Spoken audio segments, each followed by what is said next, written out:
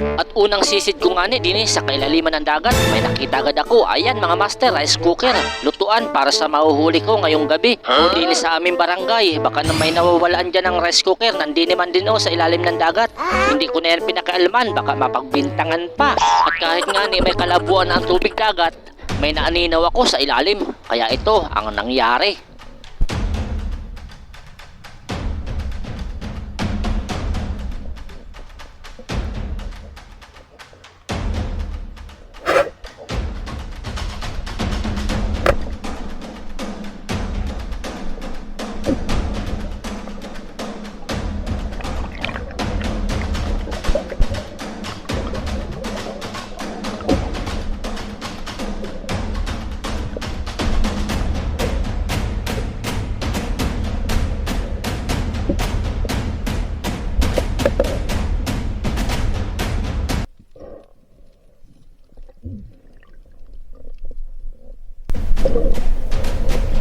Oh, buhay naman mga master, oh.